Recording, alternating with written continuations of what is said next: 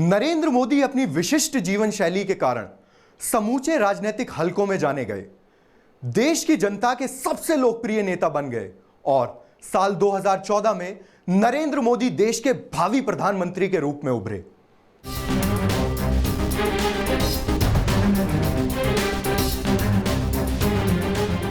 मोदी की जिंदगी में कई ऐसे विवाद भी उपजे जिसमें कुछ हिंसक घटनाओं के मोदी पर आरोप लगे। 27 फरवरी 2002 को अयोध्या से गुजरात लौट रहे कार सेवकों की गोधरा स्टेशन पर खड़ी ट्रेन में एक हिंसकों ने आग लगा दी, जिसमें 59 कार सेवक जिंदा जल गए। रोंगटे खड़े कर देने वाली इस घटना की प्रतिक्रिया से समूचे गुजरात में दंगे भड़क उठे।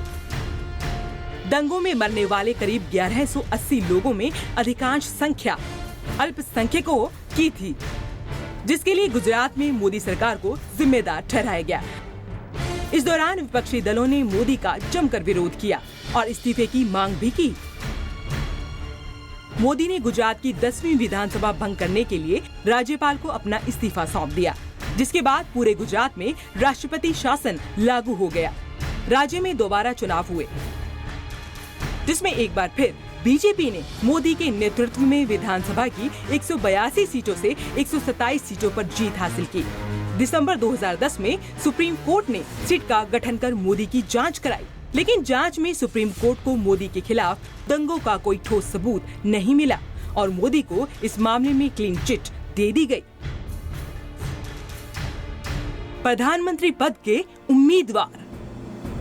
गोवा में बीजेपी कार्य समिति ने नरेंद्र मोदी को 2014 के लोकसभा चुनाव अभियान की कमान सौंप दी, जिसके बाद 13 सितंबर 2013 को हुई संसदीय बोर्ड की बैठक में मोदी को लोकसभा चुनावों के लिए प्रधानमंत्री पद का उम्मीदवार घोषित कर दिया गया। लेकिन इस मौके पर मौजूद पार्टी के शीर्ष नेता लाल कृष्ण आडवाणी कुछ नाराज नजर आए। पार्टी अध्यक्ष राजनाथ सिंह ने मोदी के लिए इसकी घोषणा की,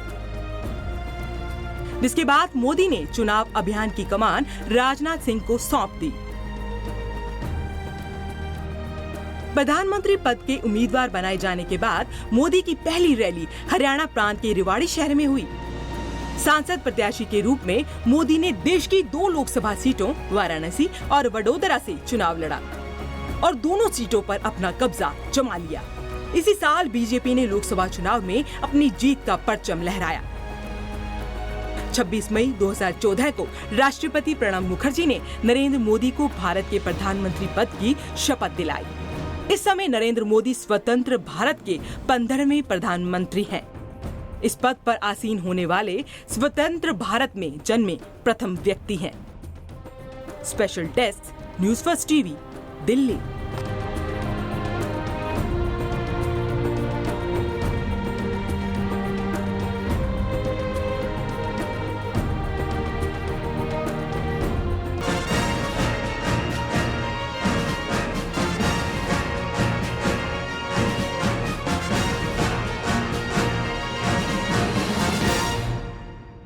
तो आज के हमारे खास प्रोग्राम में बस इतना ही। मुझे दीपक तोमर को दीजिए इजाजत।